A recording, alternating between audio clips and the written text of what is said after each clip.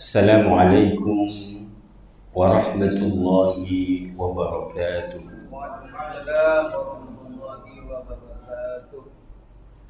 Bismillah walhamdulillah wassalatu wassalamu ala rasulillah Sayyidina Muhammad bin Abdullah wa ala alihi wa sahbihi wa wala amma ba'du. Yang sama-sama kita hormati Direktur RSUD Muhammad Nur, juga yang terhormat Takmir Masjid Al-Rashid RSUD Muhammad Nur, dan para jemaah Bapak Ibu rahimakumullah. Alhamdulillah, bersyukur pada Allah Subhanahu wa taala, hari ini tanggal 22 Oktober 2025, Hari Santri Nasional. Jadi mengenang juga meneladani perjuangan para santri dan para kiai dalam rangka, kalau sebelumnya untuk memerdekakan Republik Indonesia ini, tapi pada tanggal 22 Oktober tahun 1945 itu mengenang lahirnya resolusi jihad yang dikeluarkan oleh Kiai Haji Muhammad Hashim Asy'ari yang mengobarkan semangat juang untuk mempertahankan kemerdekaan ini, terutama di daerah Surabaya. Mudah-mudahan para pejuang kita yang telah gugur untuk merebut kemerdekaan ini dan juga mempertahankannya mendapatkan ridha dan tempat yang layak di sisi Allah Subhanahu wa taala. Amin ya rabbal alamin. Baik, insyaallah juga awal-awal dari apa yang akan kita kaji pada kesempatan siang ini itu berkaitan juga dengan bagaimana adab seorang santri pada Quran surah Al-Hujurat. Jadi atas permintaan sebagian jamaah, saya diminta untuk bersama mengaji dan mengkaji Quran surah Al-Hujurat. Jadi mari kita mulai. Bismillah.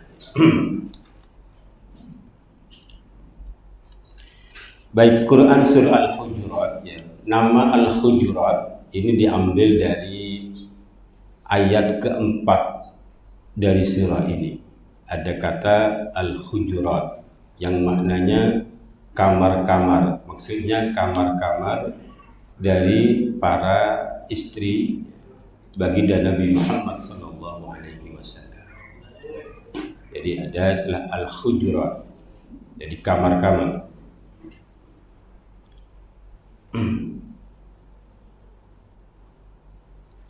Mengawali pembicaraan pada awal surah Al-Hujurat ini sungguhnya berkaitan erat dengan bagaimana adab para sahabat terhadap baginda Nabi Muhammad SAW. Jadi tata krama, mengajarkan tentang etika, bagaimana kalau mau ketemu Nabi, bersikap dengan Nabi, berbicara dengan Nabi. Surah ini termasuk surah Madaniyah. Masih ingat apa Madaniyah? Yaitu ayat atau surah yang turun setelah hijrahnya Nabi ke Madinah. Kalau Makkiyah, ayat atau surah yang turun sebelum hijrahnya Nabi ke Madinah.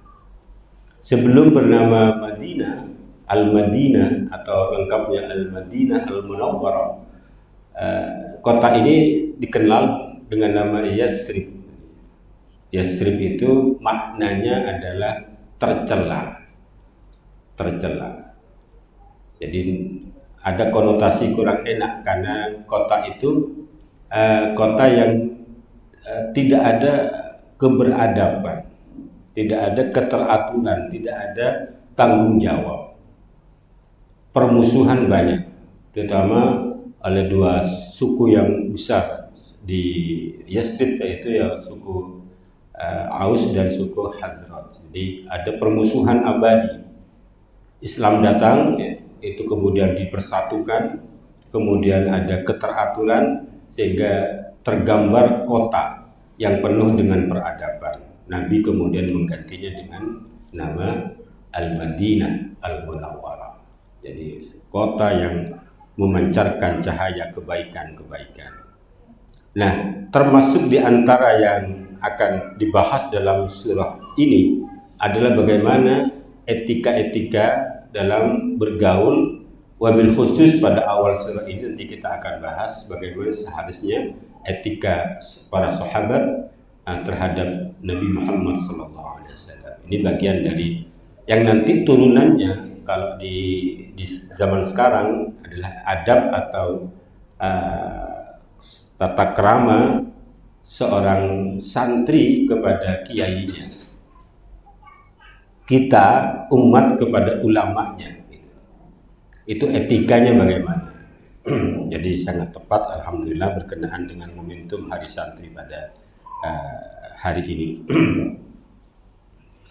Insya Allah kita semua ingin menjadi santri. Jadi kajian-kajian seperti ini sungguhnya adalah menggambarkan kajian-kajian seperti apa yang diajarkan oleh Rasulullah Muhammad SAW. Jadi betapa bangganya kita ketika kita juga diakui menjadi santri Nabi. Tidak ada kebanggaan yang lebih utama pada diri kita umat Islam kecuali kalau kita diakui sebagai santri dari Nabi Muhammad SAW. Amin ya rabbal alamin. Baik, jumlah ayatnya 18 ayat. Kita akan bersama-sama mengaji dan mengkaji. Mari kita awali, pelan-pelan kita awali. Coba ikuti saja, biar tabarukan dengan mengaji. Saya akan baca pelan, panjenengan baca setelah saya baca. A'udzu billahi minasy syaithanir rajim.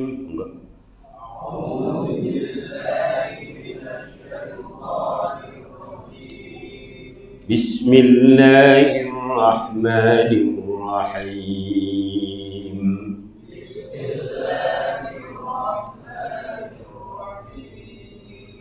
Ya ayyuhalladzina amanu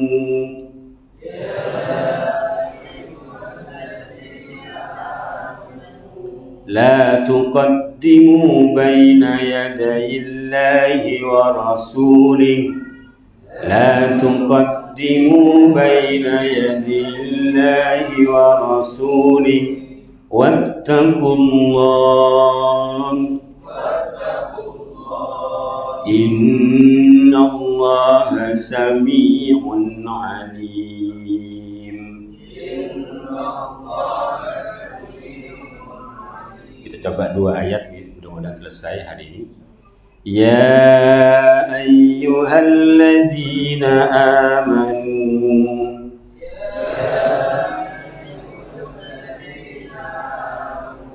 la tarfa'u aswatakum fawqa sawtin nabiy.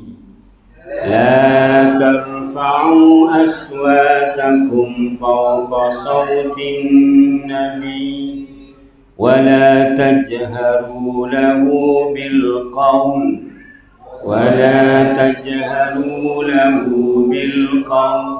كجهر بعضكم لبعض أن تحبط أعمالكم وأنتم لا تشعرون.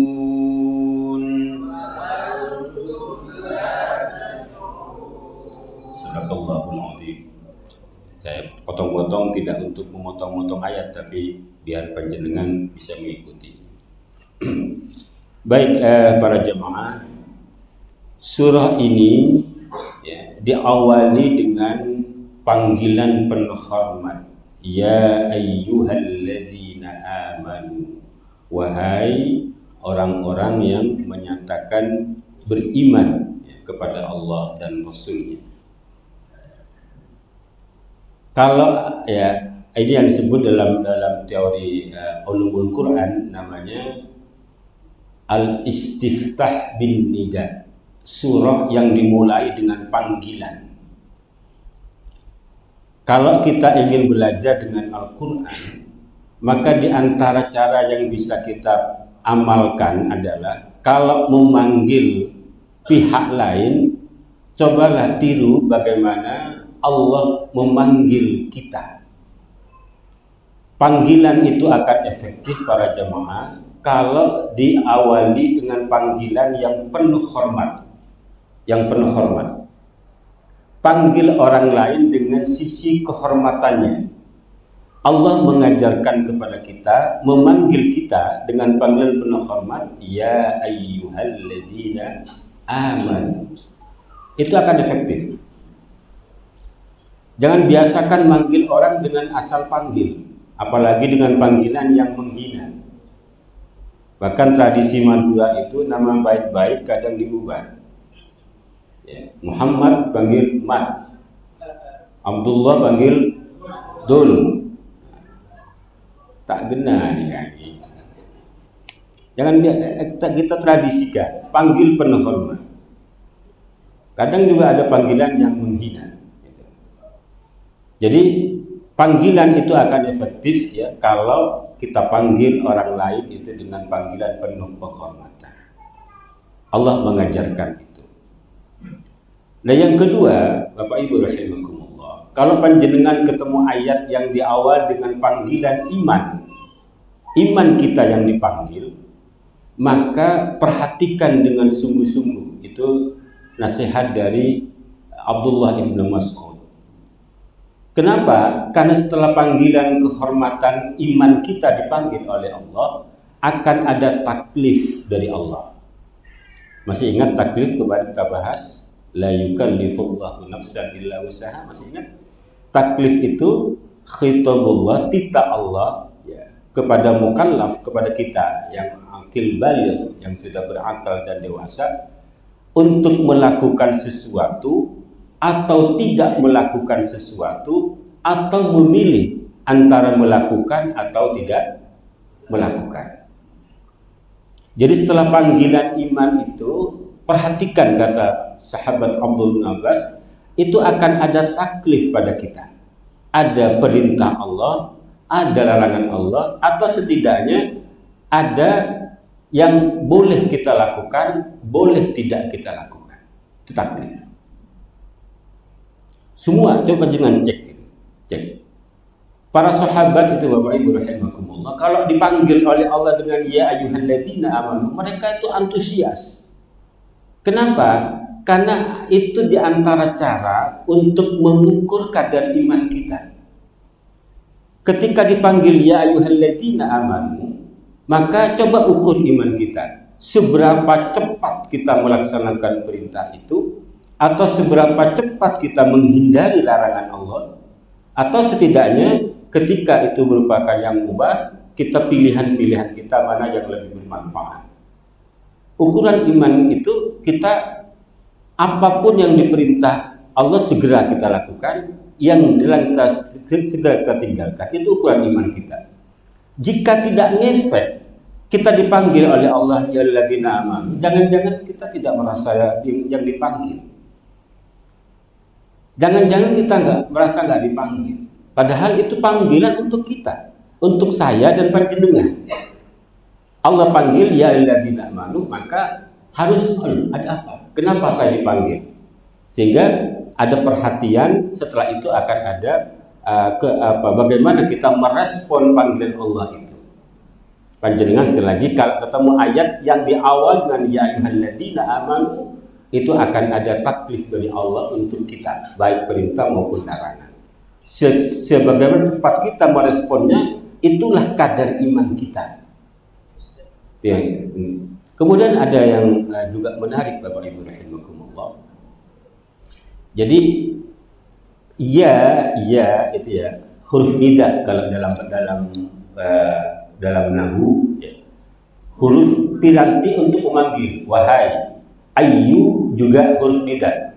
Itu bisa digunakan untuk memanggil orang yang dekat atau orang yang agak jauh atau orang yang jauh.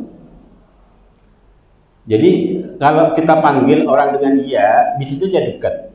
Ya Rasulullah, kita ketemu Rasul misalkan, atau yang jauh, atau yang sangat jauh, itu ya.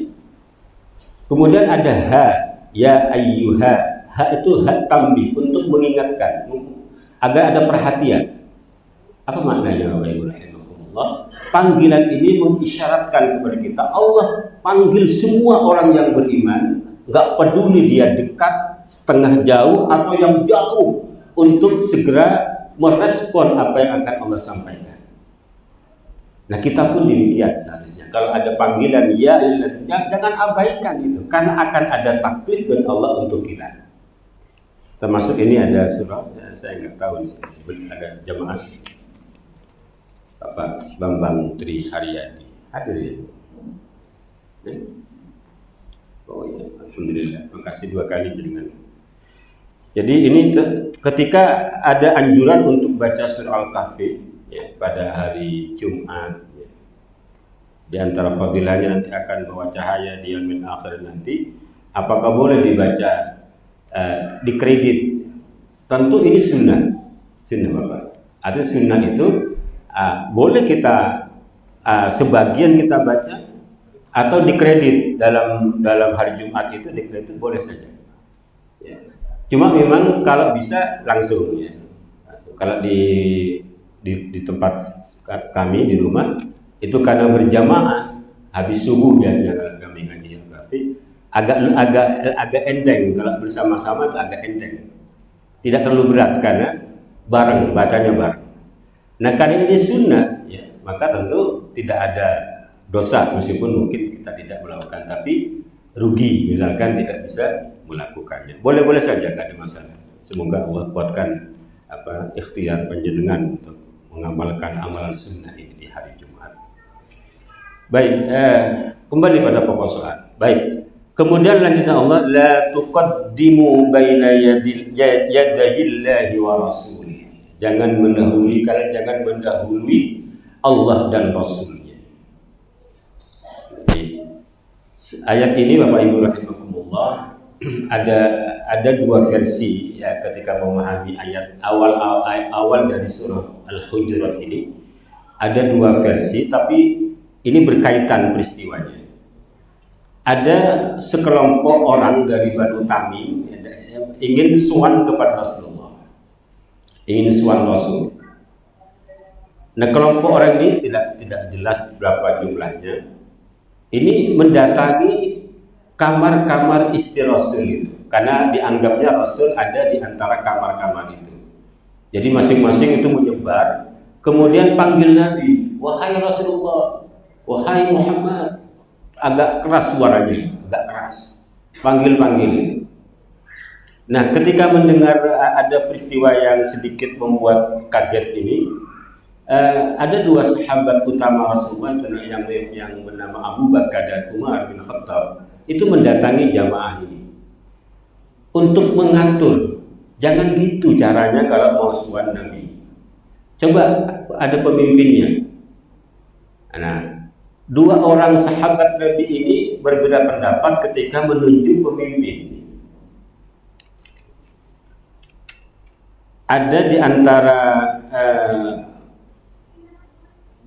kelompok jamaah dari Banu Tamim itu, kalau Abu Bakar memerintahkan Al-Qaq' bin Ma'bad, coba Qaq' bin Ma'bad pimpin itu jamaah kamu. Jadi kalau sowan Nabi nanti tolong kamu jadi juru bicara, sampaikan apa yang ingin disampaikan. Sementara Umar itu lebih memilih Al-Aqra' bin Habis agar menjadi pemimpin jamaah itu kalau mau sowan kepada Nabi Muhammad SAW. Jadi ini sedikit teriak-teriak kan, Muhammad, ya untungnya tidak gaya Madura. Kayak Madura kan, maaf, ini benar. Kata-kata begitu kayak Madura ini ya. Ini teriak-teriak, ini didatangi tuh sahabat ini. Dua sahabat ini kemudian mengaturnya, tolong nanti ada yang pemimpin, tolong kendalikan jamaahnya, nanti sampaikan apa maksudnya, kenapa ingin sowan Nabi Muhammad SAW. Jadi, nah peristiwa ini karena berbeda pendapat siapa yang, kalau Abu Bakar meminta Al-Qa'qa' bin Ma'bad untuk memimpin jamaah ini, sementara Umar bin Khattab meminta Al-Aqra' bin Habis untuk memimpin jamaah ini sedikit bersetegang. Abu Bakar, loh kamu kok beda dengan saya? Mau menentang saya? Sedikit bersetegang. Awalnya pelan-pelan suaranya, lama-lama karena bersetegang dua sahabat utama Rasul ini keras. Dan ini juga sampai pembicaraan kedua ini yang sedikit nadanya keras ini kepada Rasulullah. Jadi bertengkar soal menunjuk siapa yang menjadi juru bicara karena nanti ketemu dengan Rasulullah Muhammad SAW. Sampai juga pada Rasulullah. Nah, turun ayat ini. Ini teguran. Apa tegurannya? La tuqaddimu baina yadayillahi wa rasulih. Janganlah kalian itu melakukan keputusan yang mendahului Allah dan Rasulnya. Ini kan belum ada putusan Allah dan Rasul, tidak ada penetapan Rasul, nanti jamaahnya pimpin, sampaikan, tidak ada. Tapi dua orang sahabat ini menetapkan dua orang yang berbeda, kemudian sedikit bersetegang antara keduanya ketika menunjuk pemimpin dari Banu Tamim ini. Ini tegur oleh Allah, jangan begitu. Jangan mendahului Allah dan Rasul. Ini teguran pada keduanya. Ada yang katakan teguran kepada jamaah Banu Tamim itu, yang panggil Nabi di luar dari pintu kamarnya, panggil Nabi dengan cara yang keras gitu. Muhammad, mana? Keluar. Nah, jadi kesannya itu bukan mau sowan, itu malah mau demo kan, seakan-akan kalau bahasa saya ini mau demo. Itu ada yang katakan teguran kepada kedua sahabat utama Rasul ini, ada juga yang katakan teguran kepada jamaah yang berasal dari Bani Tamim itu. Tapi ala kulli hal, bahwa ini diantara adab yang diajarkan oleh Allah kepada para sahabat kalau mau ketemu Rasul. Jangan mendahului. Mencandeng Madura, manabi apangki orang se alim, orang se sepo yang layak kita hormati, itu jangan mendahului dewuna. Kalau ada yang mau disampaikan, izin. Mending matur mengajarkan kita tak langkung nyabis pamator. Oh iki. Nah, ketika diizinkan baru kita nyampaikan maksud. Tidak kemudian serta-merta seakan-akan kita yang monopoli. Suatu saat mungkin kita nunggu. Kalau ada dawuh kita nunggu. Jadi nunggu, jangan mengambil inisiatif. Itu adab kita. Kalau kita ingin menyampaikan sesuatu, kita izin dulu. Nah, ini dalam rangka apa? Menghormati orang yang memang layak kita hormati, apalagi sampai kepada baginda Nabi Muhammad SAW. Dan ini tradisi ini itu banyak dikembangkan, banyak dibiasakan di kalangan pesantren. Dengan saya katakan ini bahwa ayat pertama ini sesuai dengan momentum hari ini, hari santri. Santri itu nggak berani bicara sebelum ada dawuh dari kiainya, kan gitu. Nunduk kan, ngantos debu. Etikane Muhammad ada nak ya, eki. Tak langsung kun ngantos debu. Kenapa debu? Kenapa kasokan? Ya ditunggu. Tidak langsung datang. Kenapa kiai nak program ini ketika ini? Ngantos eki, ngantos debu. Buruh ketika sudah berdebu dari kiai, dari ulamanya, dari gurunya, baru apa yang dilakukan segera untuk dilakukan, atau kalau ada hal yang perlu ditinggalkan dia tinggalkan. Begitu juga para sahabat saat itu. Sejak saat itu, karena nanti kaitannya dengan ayat kedua ini. Jadi sahabat Abu Bakar dan Umar ini kalau berbicara di depan Nabi itu lembut. Bahkan Nabi itu kadang bertanya, meminta dikeraskan. Apa tadi yang kamu sampaikan? Coba ulangi ya, gitu. Karena kadung pelannya, karena merasa ditegur langsung melalui ayat ini. Nanti ada 2 ayat yang berkaitan langsung dengan peristiwa ini. Termasuk tidak pernah mengambil inisiatif. Kalaupun ada usulan, itu minta izin untuk menyampaikannya. Kita juga demikian. Kepada atasan kita, cara kita, kalaupun ada inisiatif, usulan, inovasi yang mungkin kita bagus, kita minta izin dulu. Mohon izin pimpinan, saya ada usul demikian. Itu akan berbeda dampaknya kalau kita seakan-akan sok tahu langsung bicara. Kenapa? Karena yang kita ajak bicara adalah orang yang harus kita hormati. Itu juga yang diperintahkan oleh Allah pada awal surat, tuqaddimu baina yadayillahi wa rasulih. Dari tuqaddimu ini kalau di tafsirnya la tataqaddam. Jadi kalau qadima itu datang atau maju. Kalau qaddama itu ada orang yang meminta maju. Kalau tataqaddama itu maju dengan sendirinya, tanpa diminta dia maju. Nah, yang ditegur oleh Allah itu kalau kita maju tanpa diminta. Jadi kalau ada orang mau jamaah, imamnya nggak jelas, ada orang yang meminta maju, panjenengan saos sing imami bagus, bisa maju. Tapi kalau nggak ada yang minta maju, pas maju tibi, ini kan tak saya ini kayak ini. Wamatuwah aja yang maju. Jadi mencelagar tak dijadwal ya, butuh saling biasanya menabi kita saling untuk giring kan gitu ini. Itu adab itu, etika. Cek wamatuwah langsung pas maju di imam. Siapa teman-teman nanti imam? Padahal sama-sama tidak tahu kan gitu kan. Nah, jadi tradisi kita begitu. Jadi termasuk jadi pemimpin seharusnya Bapak Ibu rahimakumullah. Jadi pemimpin dalam Islam itu kan saling dorong. Panjenengan saya tangkong juga. Panjenengan untuk panjenengan kiri. Jadi itulah adab ya, etika yang harus kita junjung tinggi, dan ini jangan sampai hilang karena ini diajarkan oleh Allah dalam awal Quran surah Al-Hujurat. Wattaqullah, bertakwalah kepada Allah. Masih ingat kata takwa? Takwa dari kata waqa yaqi wiqaya. Menjaga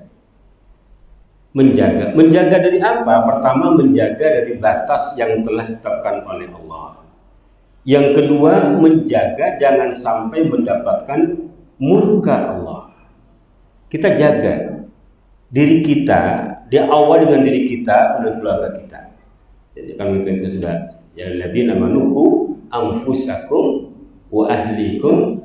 Nah, jadi kita diminta untuk wattaqullah, bertakwalah pada Allah.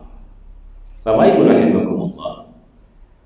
Kalau kita perhatikan ayat ini dengan sebab turunnya ayat ini, kalau sebab turunnya berkaitan dengan 2 orang sahabat utama, katakanlah begitu, atau berkaitan dengan kelompok dari Banu Tamim, katakanlah begitu, maka kalau ayatnya, kalau kita lihat, kita baca, ini untuk semua orang. Ya ayyuhalladzina amanu.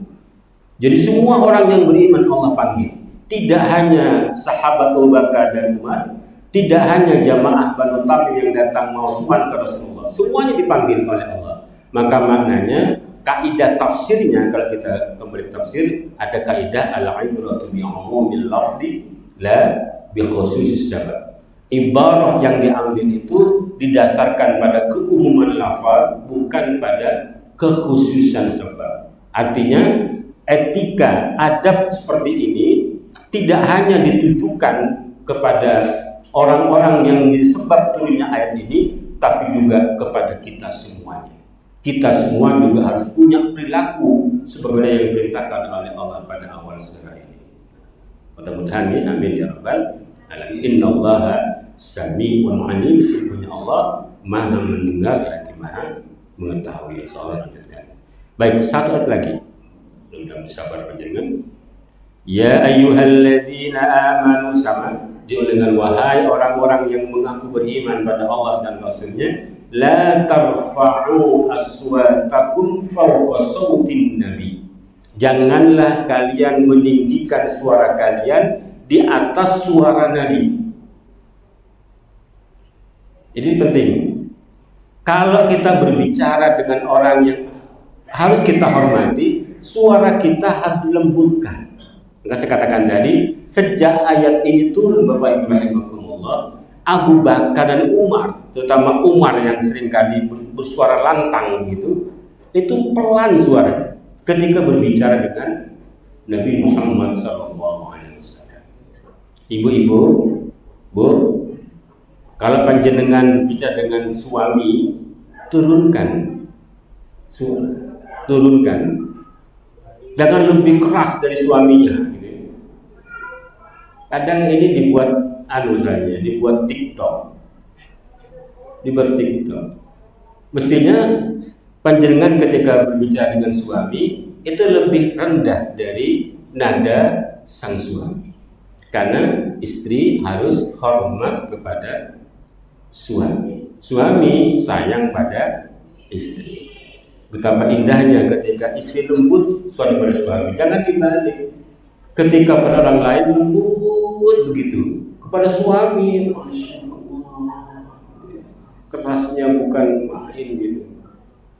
Suaminya ngomong pelan, istrinya lantang sekali gitu. Manggil pun tidak lembut. Itu ya jangan sampai. Mudah-mudahan kita diberikan lembutlah, apalagi pada sang suami. Ini pelajaran bagi kita. Nah, kemudian wala tajhar lahu bil qawli kajahri ba'dikum ba'dha. Janganlah kamu menampakkan bagi Rasul itu dengan perkataan seperti kalian menampakkan antara diri kalian pada yang lain.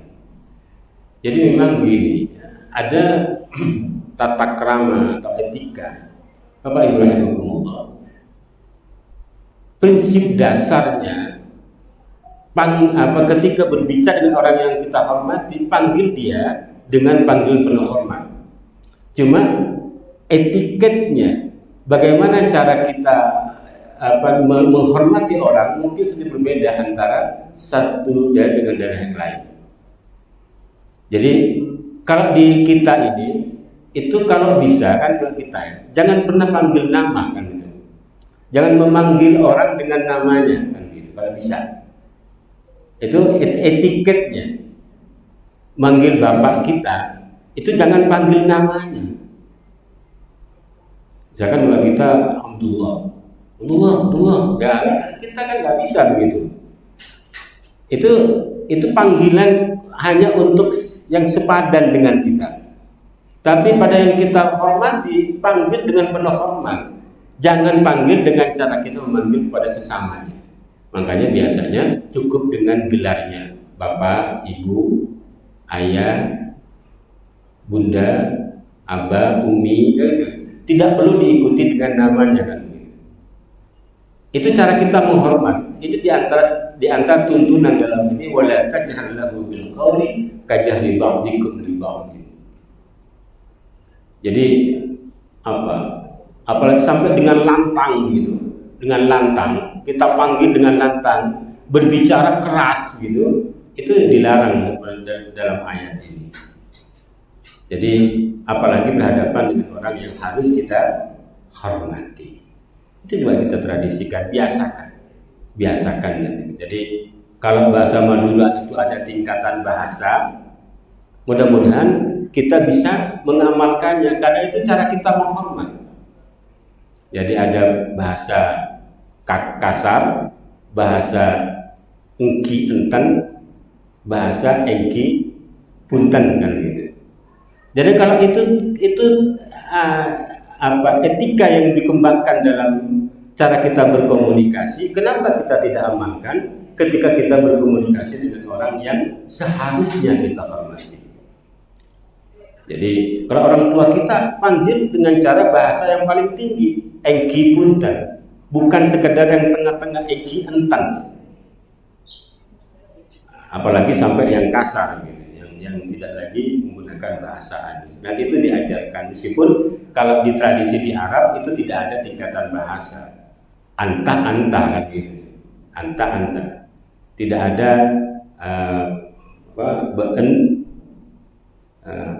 kasar. Tiga panjenengan. Memang agak beda dengan di Madura aja kan nggak sama gitu. Tiga panjenengan atau ajunan.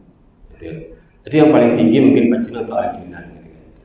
Nah, ketika kita gunakan untuk orang yang selamat, ayo kita amalkan. Karena ini juga dituntun melalui ayat yang kedua ini.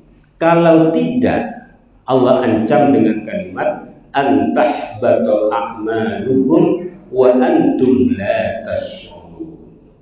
Jadi amal-amal kita yang sudah kita lakukan itu gara-gara kita tidak hormat pada Nabi, gara-gara kita tidak hormat pada orang yang harus kita hormati, itu bisa-bisa akan hangus, akan hilang, tidak bermakna. Pahalanya hilang. Wa antum la tash'urun, sementara kalian tidak menyadari. Nah, ini ada kisah yang luar biasa ya. Ada seorang sahabat ya. Seorang sahabat itu setelah ayat ini turun, ia berupaya untuk tidak lagi suan pada Rasulullah. Cuma lupa namanya saya baca di sini, saya baca. Tidak suan pada Rasulullah. Kenapa? Karena khawatir dinilai ketika menyampaikan apa yang disampaikan pada Rasul itu menyakiti Rasul, kan dianggap keras. Terlalu lemah menyampaikan, tidak kedengaran. Dikeraskan, jangan-jangan termasuk apa yang diancam pada ayat ini. Mengeraskan suara pada Rasulullah. Akhirnya dia tidak lama tidak berjumpa Rasul, sampai Rasul negur, kamu kok nggak pernah datang ke saya. Dia menceritakan, saya khawatir ya Rasulullah, ketika saya bersuara kepada panjenengan itu diancam amal saya akan dihanguskan oleh Allah Subhanahu wa taala. Khawatir dianggap keras. Ya, kalau pelan nggak terdengar, dikeraskan sedikit, jangan-jangan dapat ancaman pahalanya akan dihanguskan oleh Allah. Hanya Rasul katakan, dan insya Allah kamu akan menjadi ahli surga. Alhamdulillah, orang bersyukur aja.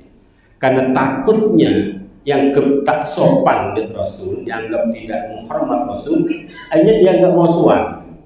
Ketemu Rasul ditanya, akhirnya itu alasannya. Justru inilah yang menjadikan Rasul katakan, insya Allah kamu nanti akan masuk surga. Maka prinsipnya kalau saya ingin menyampaikan kepada panjenengan ini semua, tidak ada salahnya kita melebihkan hormat kita pada orang lain dibandingkan kita kurang hormat pada orang lain.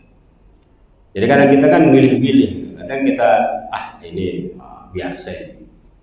Jadi mendingan kita melebihi hormat kita daripada kita dianggap kurang hormat pada orang lain. Semoga Allah memberikan kekuatan pada kita, amin ya rabbal alamin. Semoga ada manfaatnya. Allahumma arhamna bil Qur'an waj'alhu lana imaman wa nuran wa hudan wa rahmah. Allahumma dhakkirna minhu ma nasina wa 'allimna minhu ma حقنا تلاوته آناء الليل وأطراف النهار واجعله لنا حجة يا رب العالمين.